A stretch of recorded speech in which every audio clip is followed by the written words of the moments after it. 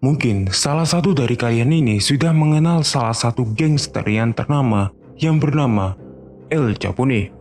El Capone sendiri adalah salah satu gangster yang cukup mengerikan dan terkenal pada tahun 1920-an. Beberapa dari kalian mungkin ada yang belum tahu tuh akhir hidup dari Al Capone ini. Jadi Al Capone ini ketika menjelang akhir hayatnya ini, konon dia itu dihantui terus-terusan hingga membuat mental dari Al Capone ini anjlok dan akhirnya dimasukkan ke rumah sakit jiwa.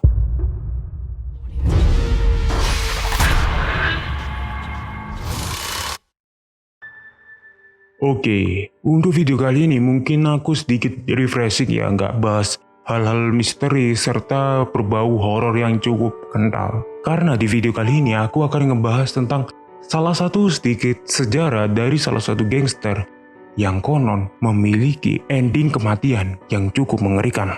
Siapa lagi kalau bukan Al Capone?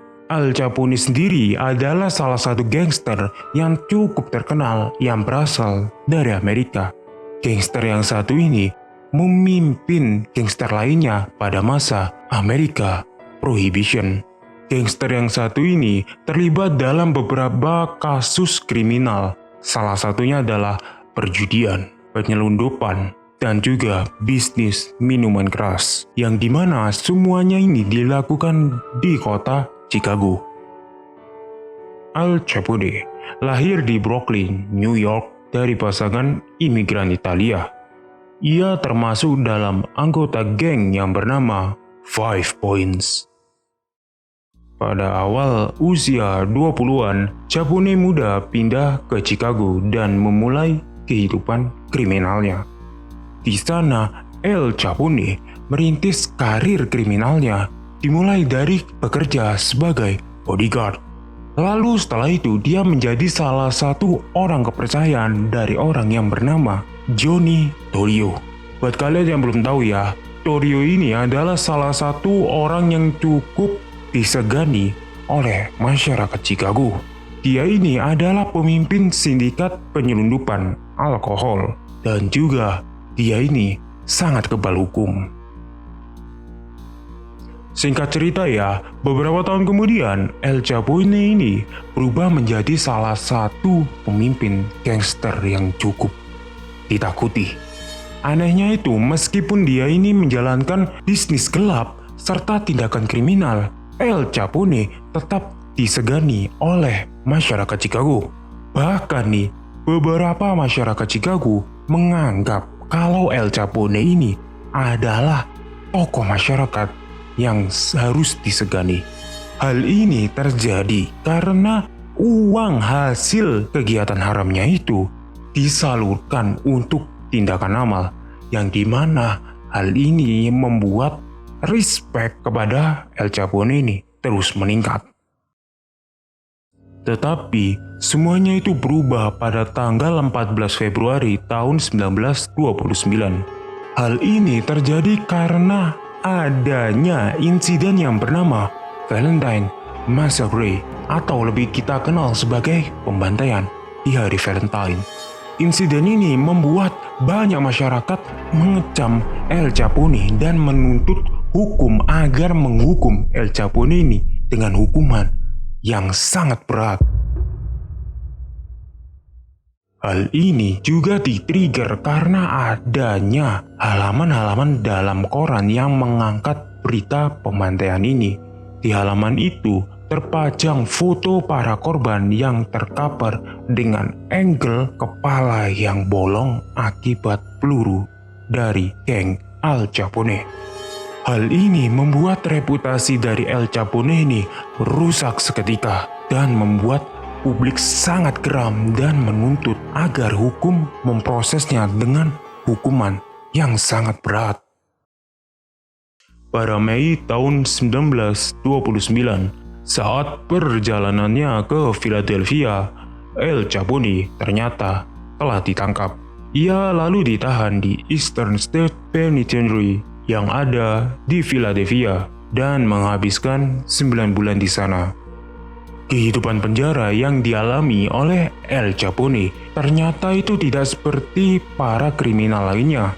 Di sini El Capone mendapatkan perlakuan khusus oleh oknum-oknum polisi yang telah disuapnya. Di sini dia itu mendapatkan fasilitas mulai dari radio, serta beberapa lukisan dinding, serta ada kasur yang sangat nyaman bila dibandingkan para kriminal lainnya yang ada di penjara itu. Hal ini bukannya membuat El Capone ini menjadi nyaman di penjara itu, melainkan El Capone ini sangat tersiksa karena pada suatu malam dia itu mengalami pengalaman supranatural. Jadi, nyaris setiap malam El Capone berteriak histeris dan menangis tak karu-karuan. Ia ini menjerit ketakutan sambil meneriakkan, "Get the hell out of here, Jimmy! Get off!" Banyak yang percaya kalau yang dimaksud Jimmy dalam cerita ini adalah Jimmy Clark atau korban dari pembantaian pada waktu Valentine Massacre. Siksaan yang telah dilangsungkan oleh hantu ini ternyata membuat mental dari El Capone ini perlahan-lahan menjadi hancur. Karena siksaan serta tekanan mental ini, akhirnya El Capone ini dipindahkan ke penjara Alcatraz. Pada tahun 1931, El Capone bahkan diketahui menghubungi seorang paranormal yang bernama Alice Britt. Ia meminta bantuan pada wanita itu untuk mencari tahu mengapa Jimmy ini terus mengganggunya dan apa yang sebenarnya dia inginkan. Tapi usaha yang telah dilakukan El Capone ini serta paranormal itu sepertinya tidak membuahkan hasil, bahkan membuat teror dari hantu itu makin menjadi-jadi setiap harinya. Karena tekanan serta serangan bertubi-tubi dari hantu yang satu ini membuat mental dari El Capone ini hancur berkeping-keping, yang dimana endingnya akhirnya El Capone ini dipindahkan ke rumah sakit jiwa. Hal ini juga diperparah karena ternyata El Capone juga mengidap sebuah penyakit yang bernama penyakit sifilis, yang dimana dia ini sudah mengidapnya semenjak dia merintis karir menjadi bos gangster yang sangat terkenal. Pada tahun 1946, kesehatan mental dari El Capone ini ternyata semakin memburuk. Hasil pemeriksaan yang telah dilakukan oleh para psikiater dan psikolog yang ada di rumah sakit itu mengatakan bahwa kapasitas mental dari El Capone ini setara dengan anak berusia 12 tahun, yang dimana semakin hari semakin parah dan menyebabkan dia meninggal pada tahun 1947. So, itu adalah kasus dari teror hantu dari El Capone. Kalau kalian suka dengan video seperti ini, kalian bisa like tombol yang ada di bawah itu. Atau kalian merasa video ini kurang bermanfaat, kalian bisa klik tombol dislike. Jangan lupa untuk klik tombol subscribe dan nyalain loncengnya juga. Karena di video berikutnya ini, aku akan ngebahas tentang salah satu fenomena yang cukup mengerikan juga. Konon fenomena ini berkaitan dengan sebuah lukisan yang cukup mengerikan, yang dimana konon lukisan ini membuat pemiliknya ingin mengakhiri hidup. Jangan lupa untuk menonton video di atas sini yang wajib buat kalian tonton. Atau yang di bawah ini adalah kasus dari hantu yang dimana hantu ini adalah hantu kapal yang konon muncul setiap 50 tahun sekali.